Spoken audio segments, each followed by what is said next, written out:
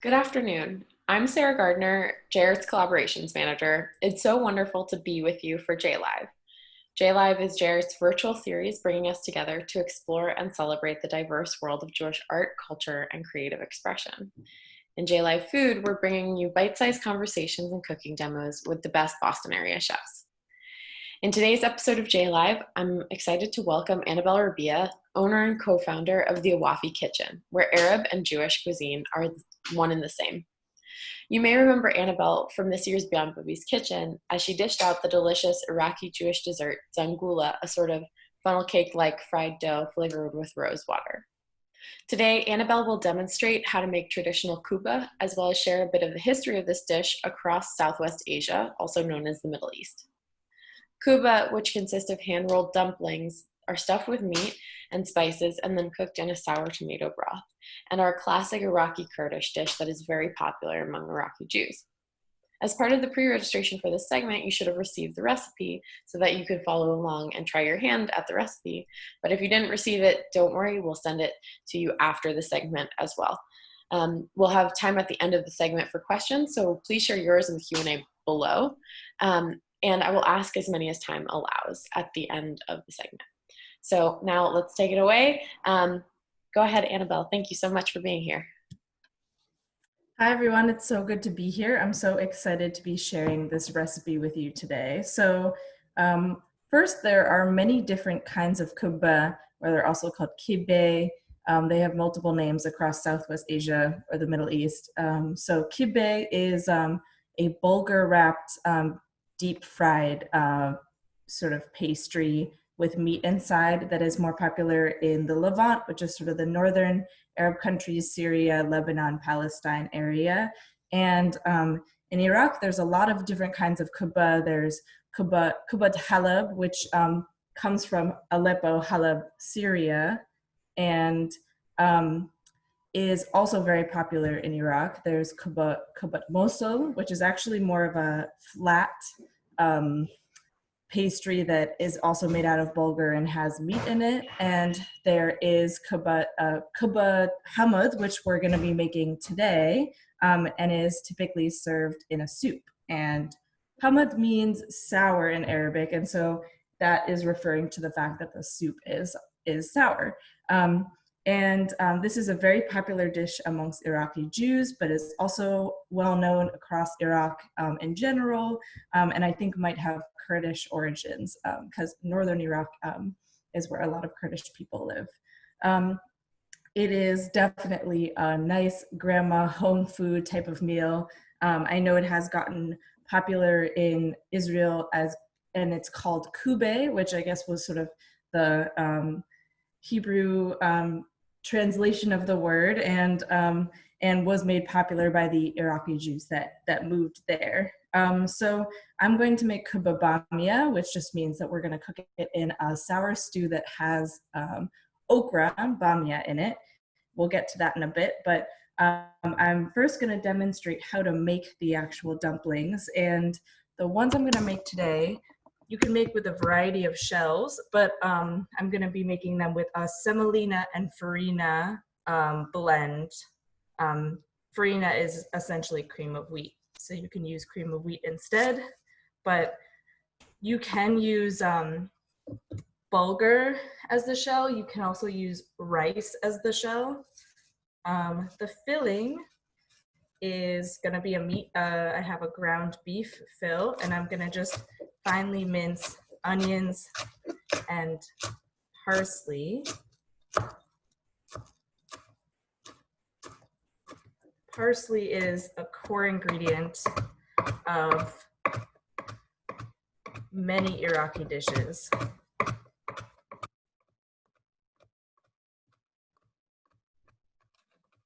And now, Annabel, I know you're making a meat version, but are there vegetarian alternatives? It seems like there's a lot of flexibility with this recipe.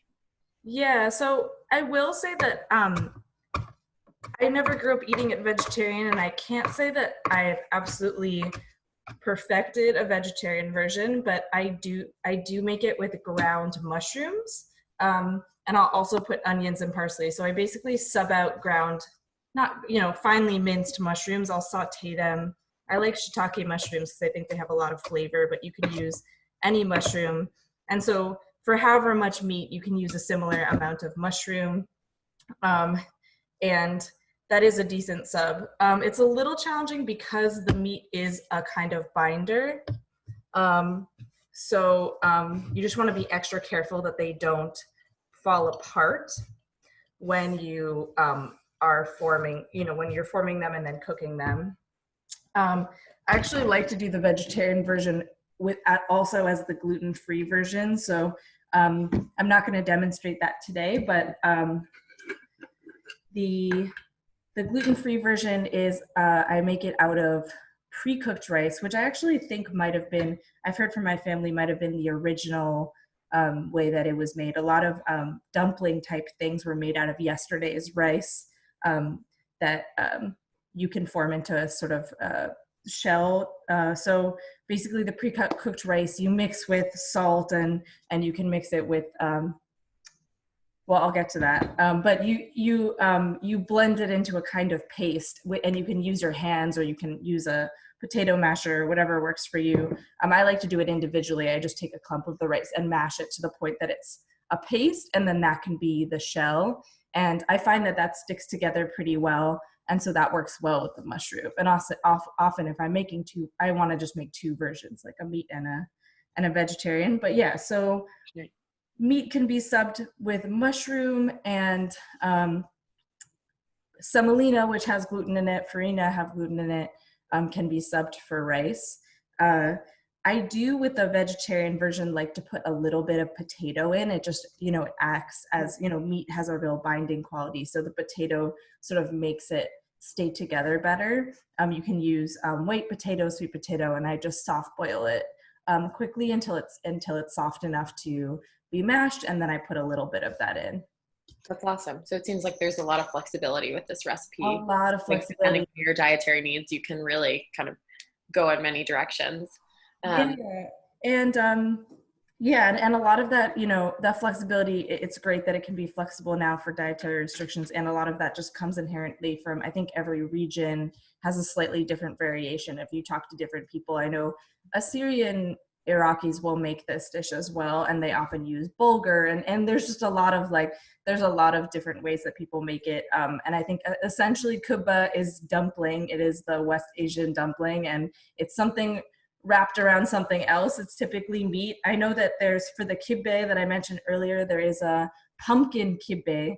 So, because I know a lot of Christian Arabs celebrate Lent and then they don't eat meat. And so there is definitely lots of adaptations for different dietary restrictions across the ages. So, so I have my meat filling, which is just onions and parsley.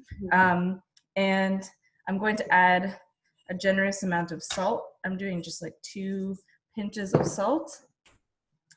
There are more specifics in the recipe that was provided. I often make kubba without approximation, which is hard. I think if I'm doing a restaurant event and I have to make hundreds and hundreds of them, then you have to be more precise. But it's actually, it feels like almost wrong to have exact measurements for it because traditional. Yeah. You're an experienced kubba maker. Yeah. Or like I think the thing about it is a lot of the Awafi recipes I never learned. I just need to grab a spoon, but I never learned with recipes, and that's been one of the challenges is trying to turn these into recipes. And I figured it out for most things. Kubba just feels like one of the last ones that I'm resistant to using the recipe, or even if I have a recipe written down, I find I don't use it. And so it's been the hardest to actually get the perfect recipe down. And I will, say that you always either have too much meat or too much shell. And so it's a little bit of a gamble. I try to have more meat because that's a nicer thing to have left over, but both of them can be frozen. So I mix it. Honestly, I usually use my hands, but you just want it to be fully incorporated. I'm actually going to put more pepper in. So a lot of people will use a baharat, which is like a typical Iraqi spice blend, which has a lot of, very similar to garam masala. It has like cumin, cinnamon, coriander in it, but my family just uses salt and pepper. And the pepper is a very important spice. Like it's not just an accent. It's really a core spice flavoring that's used, especially with soups and stuff like that. So that is the filling. And then for the shell, I'm just gonna make a little bit to start. I don't want to make a lot of kubba. I mean, this is something I typically made a lot of because we would make it for holidays and you want enough for, 30 people or something. But it's actually, and so it is very labor intensive to make that many. But if you're just making enough for a couple people for dinner, it's actually pretty approachable. It's not so bad. So I'm doing half a cup each of the semolina and the farina. And we have an audience question actually about that. Do you prefer like coarse or fine semolina, and what brand of semolina do you generally use? Well, I don't have a designated, I mean, this is Bob's Red Mill semolina. And if there is coarse semolina, I think that's nice. I add the farina actually for more of the texture. The farina has a coarser texture. And so that's why I like to add it instead of just semolina, because otherwise then it just feels like a noodle shell. Right. I honestly think semolina was, it seems to be like the typical shell now, but I think that was a modern, once a lot of Iraqis moved to the West, they adopted the semolina thing because it does stick together very well. I like the coarse. I think I like the kubba to have texture. I once made kubba with sushi rice, and it had like a very, very almost shiny texture, and it was good, but it just didn't feel like it actually captured what kubba is. So I'm also doing I'm assuming like sort of like a mochi, right? Yeah. Which was delicious. It just wasn't. It didn't feel like actually what kubba is, and I think kubba is traditionally more made with like whole mashed grains, and so this is sort of a modern and interpretation, which is nice. And it is the way that I've always known it, so it does feel authentic to me, but I think having that texture is important. So you want a lot of salt in the shell because that helps it stick together. And I have warm water, and so if this is a cup, I have about, you're gonna have a little less than a cup of water, I imagine. And you just want to add water until the dough forms. Yeah, this seems like another place where it's a lot about your feel for it. Like, yeah, you learn as you go that you definitely. want I would say that, definitely don't put more than half a cup of water in. So I think that's about how much I put in, but yeah, that looks good. It wasn't even fully formed, but it's once it's all saturated, or once it's all wet, it should be good. And then you kind of want to knead it, especially because just to get, the water incorporated to all of the flour, and, because it has gluten in it, it'll help build that a little, and just make sure it's as sticky as possible. So that's the main challenge with kubba, is that they can fall apart once you put them in the stew.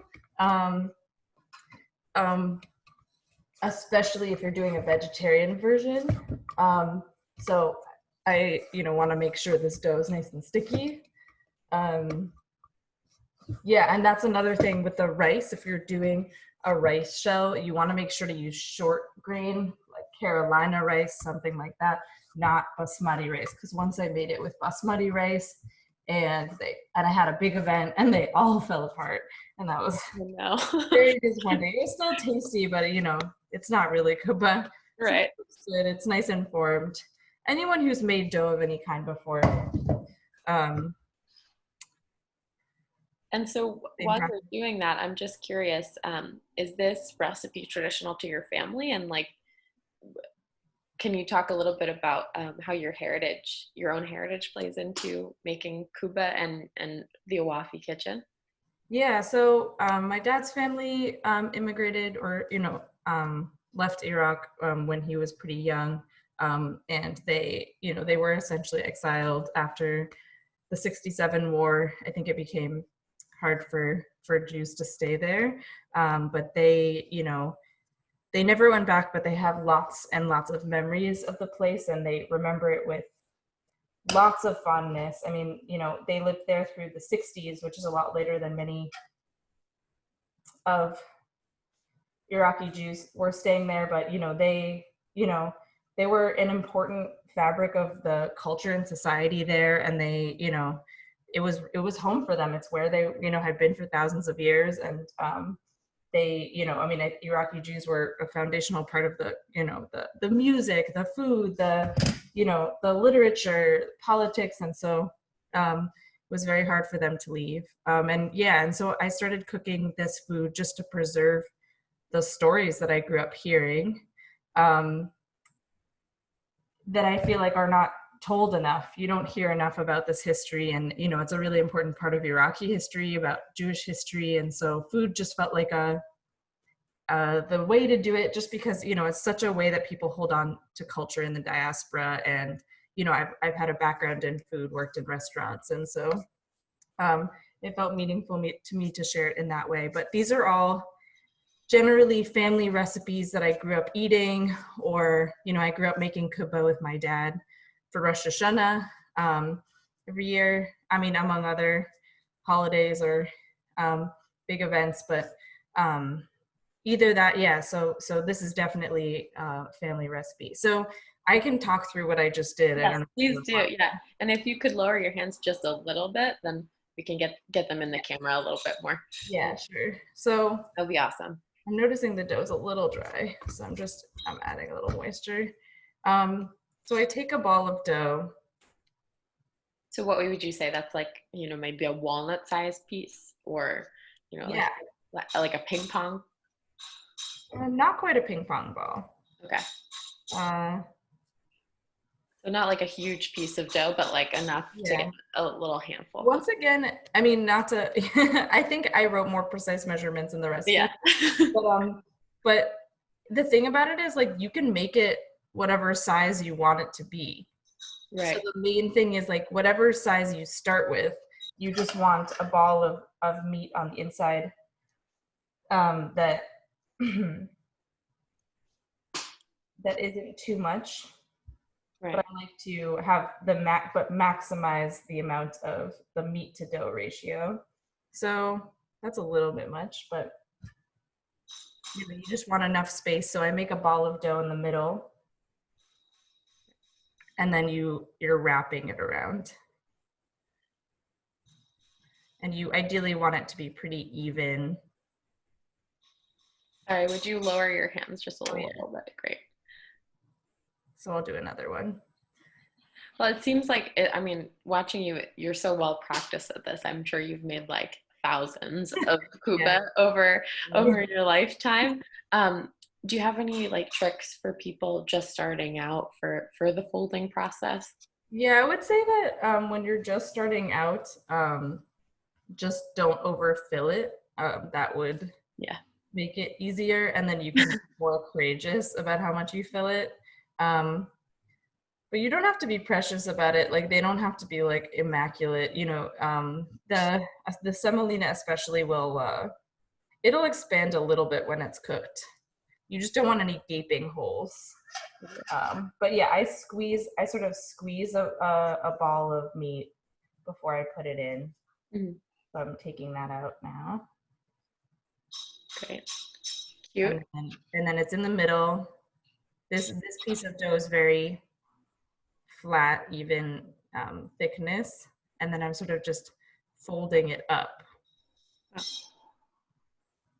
And because I kneaded it, it has some resistance. It's not gonna, rip so easily. Yeah, and I just want this to be nice and, but if there's like little imperfections, they'll probably cook out. And I like to flatten them a little bit just for aesthetic. See, like, this one's smaller, this one's bigger.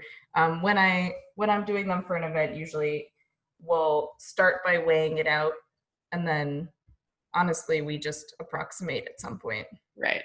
Just to make sure you're making enough for an event. Right, exactly. So you're saying, oh, if there's like a couple, if there's 2 ounces of dough per kubba and I have to make this much dough. Yeah. Exactly. And so while you're doing this, can you talk us through a little bit of the soup? Like what's traditional in your family, and is that traditional across Iraqi Jewish heritage, or are there different soups that people can cook these in? Yeah, so the 2 soups that we made the most are so there's kubbat hello and kubbat hamad. Hamad is the one we're making today and is sour. Hello means sweet, and it just meant that it wasn't sour. I don't know if it's necessary. It's not like it has sugar. Right. It's just not sour. Yeah, though I know that members of my family have like had the restaurant kubba, and they are always cynical. Well, I mean, I think that more industrial food or like large scale restaurant food has more sugar in it. Sugar was not something that was as as popular to be added to savory things when they were growing up. So they're like, I don't understand why this kubba has sugar in it. And I think in Iraq, sour is like a really important, it's not just like similar to pepper. It's not an accent. It's like, it is its own flavor. It is like the primary flavor of the dish. And so it's very notable. Like we use a lot of lemon or citric acid, which is lemon salt, to make things sour. So the stew that I'm going to make today, is kubba bamia, which is all the kubba hamad stews are usually tomato based and have some kind of vegetable, so either turnips or green beans or okra. And usually, depending on what vegetable you put in, the kubba is in a different shape and might have some different flavors. Like I know the green kubba fasulia, which is the green bean one, you put dried lime as a flavor in the kubba. But bamia, I feel like, is the most classic one, so that's the one I chose to do today. And I have the stew ready, so I'm going to demonstrate putting the kubba in. I'm just going to wash my hands. Great, no worries. Yeah, for sure. Kitchen safety is number one. And so where do you, while you're washing your hands, if you can hear me, where do you buy the ingredients for these foods? So the semolina you can get anywhere. The farina and the okra, I'll show you the okra in a second, I go to Arabic specialty store. So this is a Ziyad product. They have a lot of the ingredients that I like to use. And then this okra I've only ever seen in Arab specialty stores, Middle Eastern specialty stores, and they're small. I'm not entirely sure if it's a separate variety of okra, they just harvest them when they're younger. But I really like these okra. Yeah, and I can only, but generally they'll sell these at any, like even if it's a very basic Arab specialty store, they'll sell this stuff.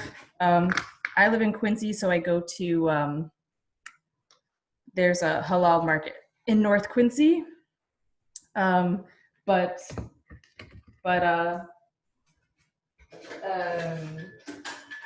they're all over the city. I highly recommend Arak's Market, which is in Watertown. It's an Armenian neighborhood, but I think that market is run by Lebanese people. But regardless, even if they're Armenian, or maybe they're Armenian Lebanese people, there's a lot of that people of that heritage. They really cater to the Middle Eastern community, and there's a lot of stores around there that are great too. But Arak's is really a favorite. And yeah, and there's a number of others across the city. Right, totally. They're great. I mean, I highly recommend for our audience members who haven't been there, definitely go to Iraqi Market. It is amazing. It is a wonderland of great ingredients. So this is the okra. So I get it frozen and then I just thaw it out a little bit. And I'm gonna, so I guess I'll try to move the camera.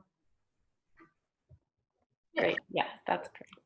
So this I prepared ahead of time is just um, I sauteed some onions, and then I put a little bit of about a tablespoon of tomato paste and vegetable broth. And it's more of a stew. It shouldn't be like a soup. Right. I think this is going to be too much okra for this amount. And is this another place where, like, if you don't use chicken or vegetable broth, excuse me, per se, you could use chicken broth, or is it traditional to use vegetable broth exclusively? No, so I used vegetable broth because I like just make vegetable broth and always have it. But honestly, you can use water because the meat in the kubba will flavor the broth. But I like to put broth. It adds. But yeah, I think chicken broth is gonna be really tasty. That's gonna add a really nice flavor. Or beef broth can work. You can use the little bouillon cubes. Yeah. So I just put those in. They're frozen, but they will thaw pretty quickly. I didn't want to overcook them, so I'm just putting them in now.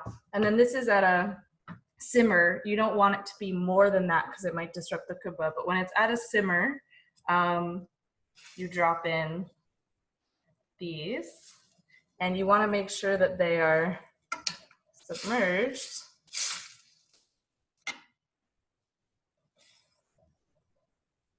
But not, yeah. So this will be enough for 4. Of course, like if you're making hundreds of them, they're gonna have a much larger pot. But this is my like go-to kubba for 1. I think 4 is plenty. Sometimes 3 feels like a really reasonable serving. Right. 4 They seem pretty hearty. Yeah, it's pretty hearty. And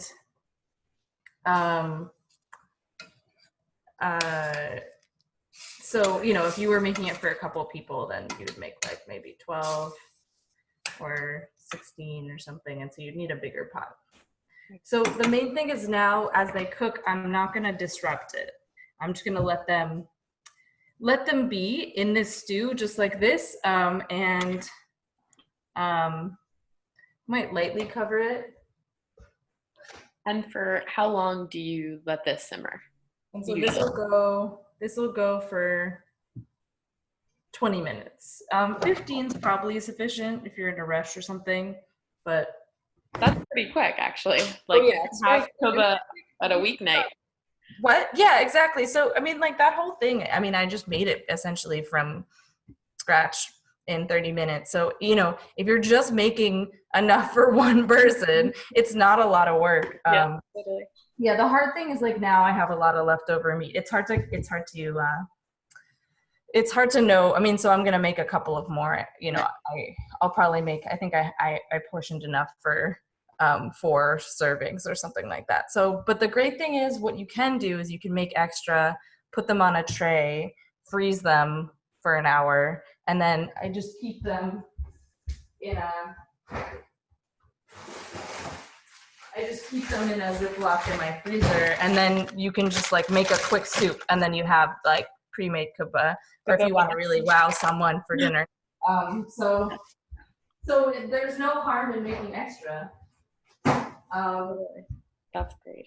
Well, so I'm conscious of the time, so I just want one more question for you, and then we'll wrap it up. But so what is a challenge or an activity that you would leave our audience with, whether that's, maybe it's making kubba or maybe it's, some other thing? What would it be?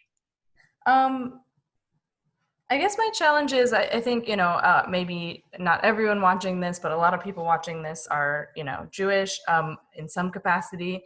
And we all come from somewhere and have roots in some part of the world, whether that's Poland or Iraq or Morocco or wherever.